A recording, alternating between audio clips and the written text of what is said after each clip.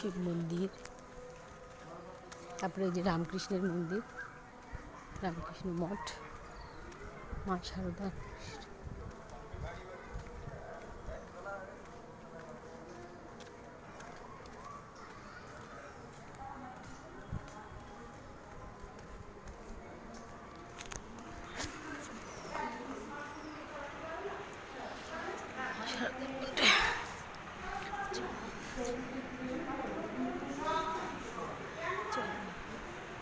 খুব সুন্দর জায়গা, খুব ভালো লাগে এই জায়গাটা আসলে, মনটা একদম শান্তিতে মানে শান্তিময় লাগে।